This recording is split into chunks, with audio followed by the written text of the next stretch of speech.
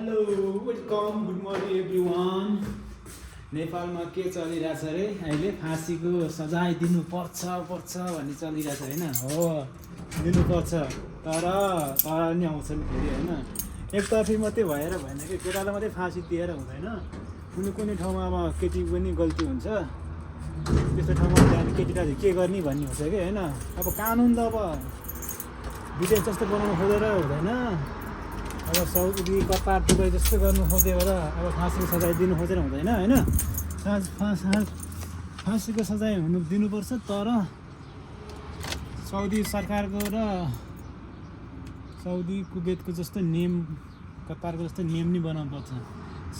नेपालमा चाहिँ अब हुन्छ नि बच्चा अब बोल्न सक्ने भएपछि अब त्यही 6-7 वर्ष भएपछि 8-9 वर्ष भएपछि 6-7 वर्ष त्यहाँदेखि 25-30 वर्षसम्म चाहिँ यस्तै साउदी कतार दुबईतिर जस्तै बुर्खा लाउने चलन गर्नु पर्यो भन्छ। एउटा दिदीले हुन्छ कि एउटा आन्टीले हुन्छ नाङ्गे हिँड्ने नि बलात्कार गर्ने अधिकार कसैलाई छैन भन्छ।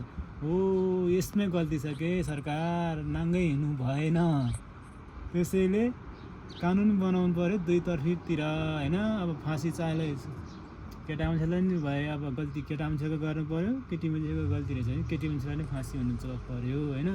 त्यही दुई थरी कानुन चाहिँ बनाउनु पर्यो ल। टाका लाएर अब बुर्खा लाउने जात नि कानुन नि बनाउनु पर्यो क्या। त्यो बोल्न सक्ने 5-7 वर्ष भएपछि टाका लाएर 25देखि 30 वर्षसम्मको लागि चाहिँ बुर्खा लाउने बनाइदिनु पर्छ अनि भन्छ ल है त। रुम्बाको युट्युब च्यानलमा टक्क हेरेर भिजिट गरेर सब्सक्राइबहरू गर्नु नबिर्स्नु होला, फुल भिडियो हेर्नु होला। हस् त धन्यवाद। रुम्बाले बोल्ने यही हो। अब के कस्तो लाग्छ तपाईँहरूले सुझाव दिनु होला।